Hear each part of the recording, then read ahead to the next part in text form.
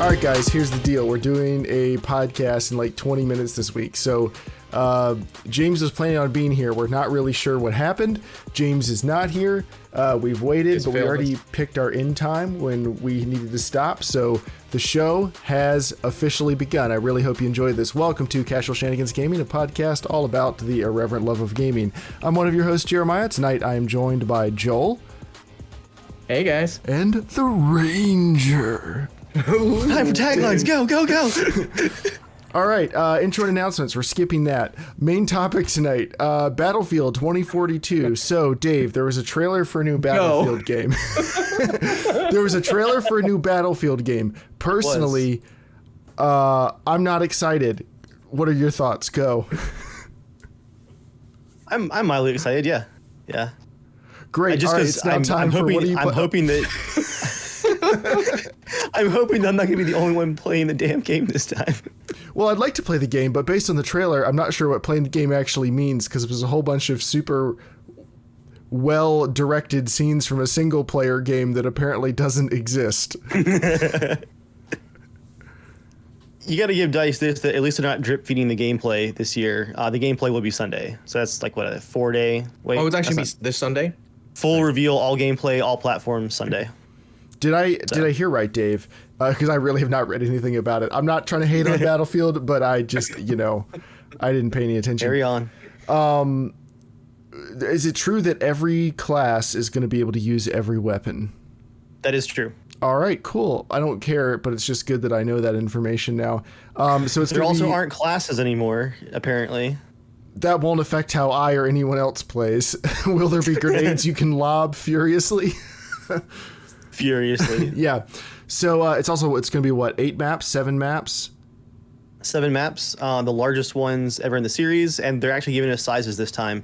One of the average size maps, I don't know if you guys remember Hamada from Battlefield 5, it was the desert map with the big stone bridge in the middle. Mm-hmm. One of the average size maps with that neon city, that map is 3 of Hamadas together. And that's not the biggest map in the game. So I'm not at all excited by maps just getting bigger in every Battlefield game, because if that's the type of thing that they're trumpeting, that concerns me. I really want them just to come out and be like, all right, we figured out how to not screw the game up this time. It'd be nice if they move their capture points. Because, I mean, to me, like, the Battlefield 5 maps were boring because all the capture points were terrible. Like, that one with the big bridge, like, there was nothing unique about it. Like, the bridge wasn't like a thing you had to, like, it felt like you had to conquer. It just felt like a thing in the middle of a giant map.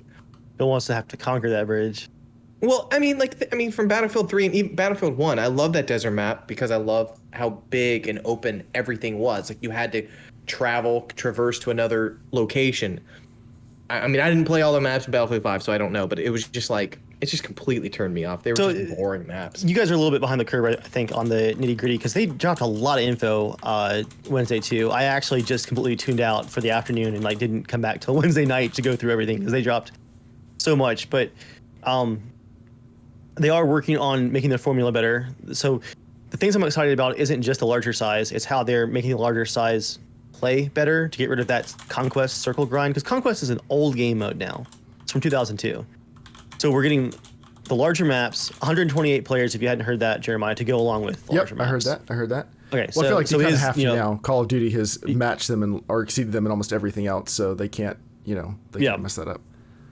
But I've been waiting for that for a long time, so that's more of just like a oh, finally checkbox. Like, it's cool that they're doing it finally, but we've all been waiting for that.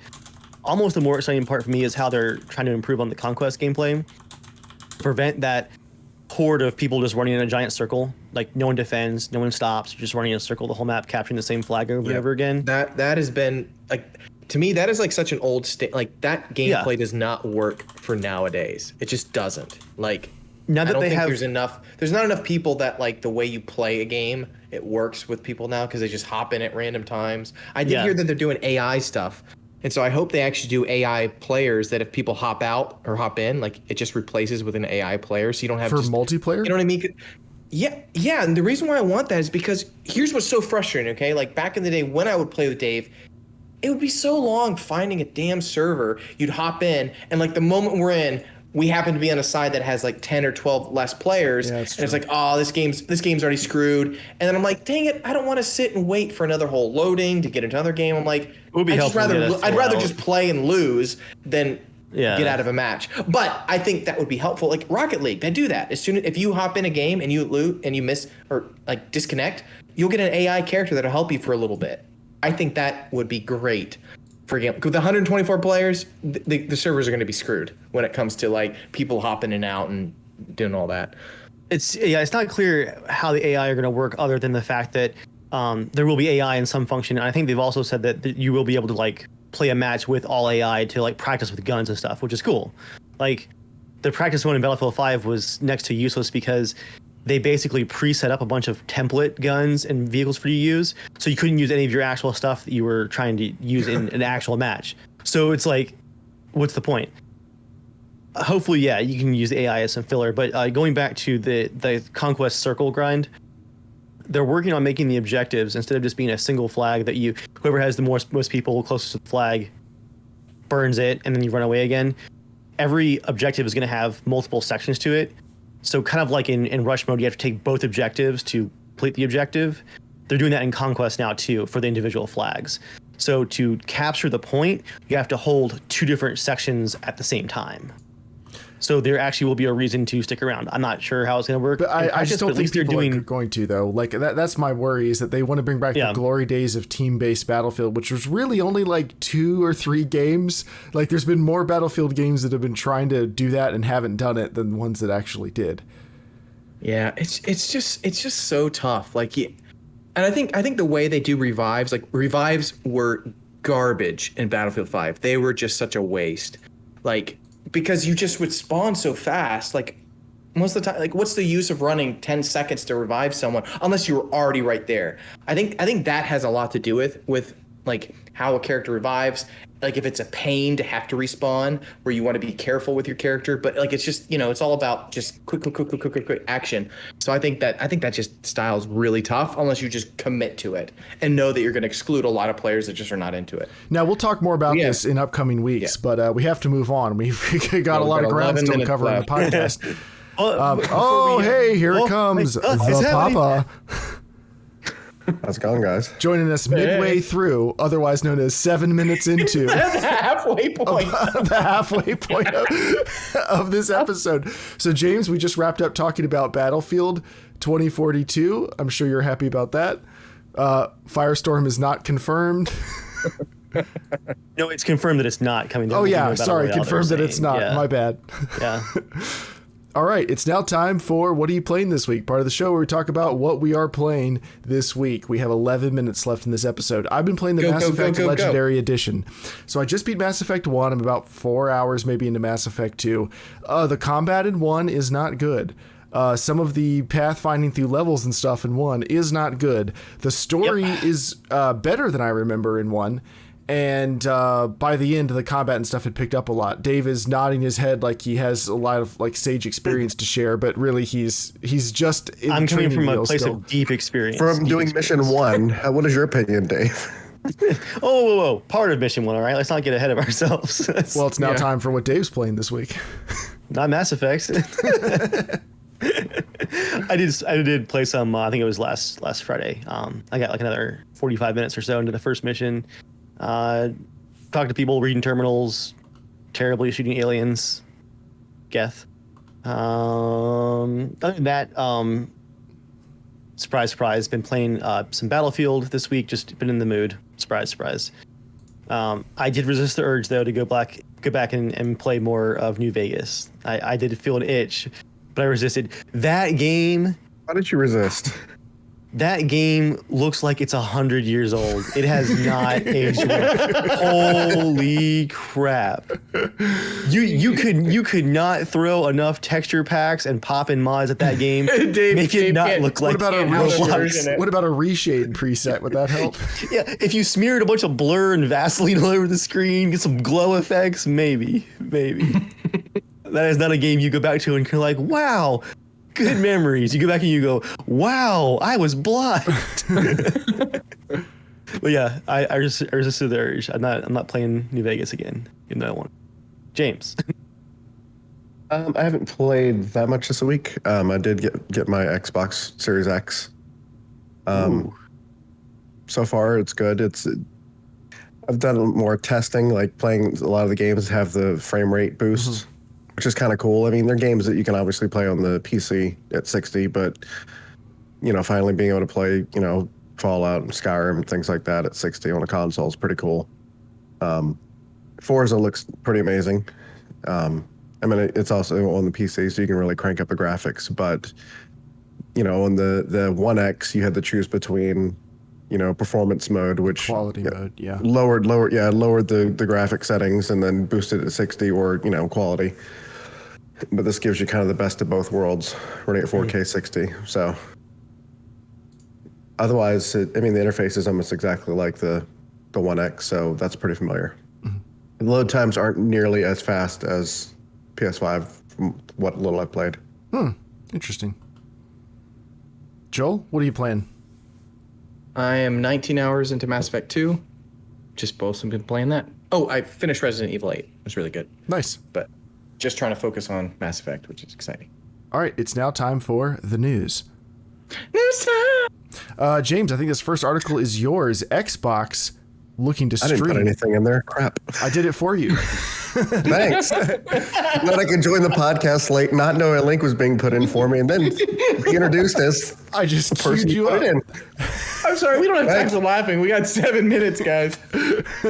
You queued me up like someone like ready to spike the ball, and I'm like looking at a flower off in the field.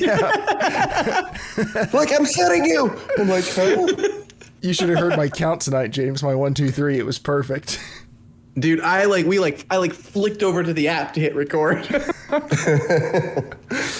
Don't give me more than that. Yeah. Oh, you do want to do your news story now. Okay, that's fine. Yeah, just to brief, Microsoft is kind of really fully committed to bringing their service to multiple devices, talking about bringing Game Pass to TVs and creating a stick for being able to stream your games. And they've talked about that with xCloud, bringing it to iPhone, bringing it to potentially other consoles.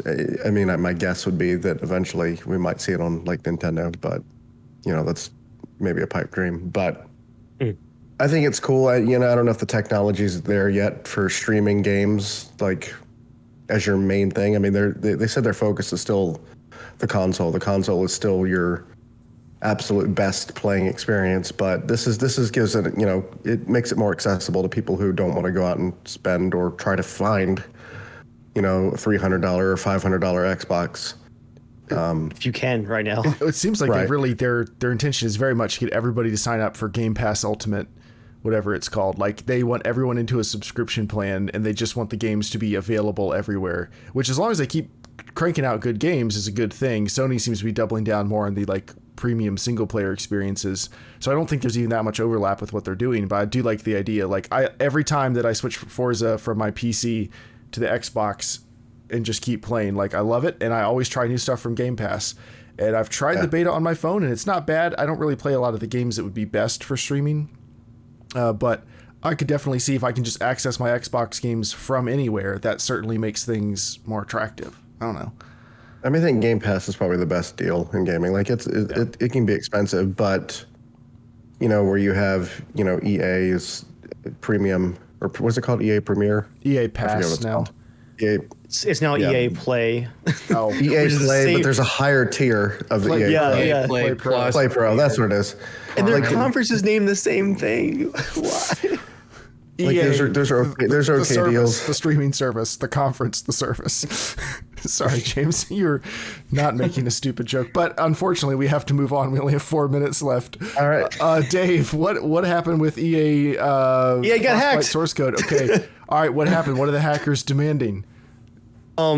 They're just trying to sell the info. It looks like the source code to FIFA was stolen was one of the things, and the running joke is Oh no, FIFA. No, yeah, FIFA's a big thing. it's but I don't FIFA care. 21. FIFA 21 was stolen, and the running joke is, oh no, they have the source code for FIFA 21, 20, 19, 18, 17, 16. No, Dave, they have the source code for 22, 23, 24, 25. Yeah, that's the real money. EA still got yeah. him locked into a 15-year Frostbite contract or something.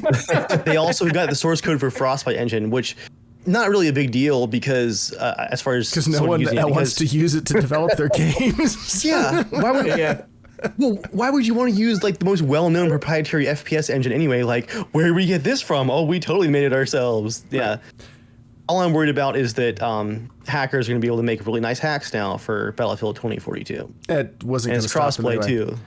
All right. Right, yeah, and all the consoles are combining into PCs now, so we're getting all your crap. Or Great you're job, getting guys. all of ours. You Or thought you were free, Joel. It's only. I know it's all combining. No. All right. It's now time for mail time. Mail time. Do we do that for mail? Or is that news time? I don't And know. you just did it I don't twice. know. Do I do? I thought I did. I don't know. Honestly, I don't. We don't have time. We don't have time. Okay, We gotta go. you can write it to Check it in casual. post. Check it in post. Go. You can write it to casualshenanigans@gmail.com to be a. You can write in to casualshenanigans@gmail.com to be a part of the show, like Carlos from podstatus.com did with his sales email. He says, "Hello, how's it going? I have some cool information that might interest you.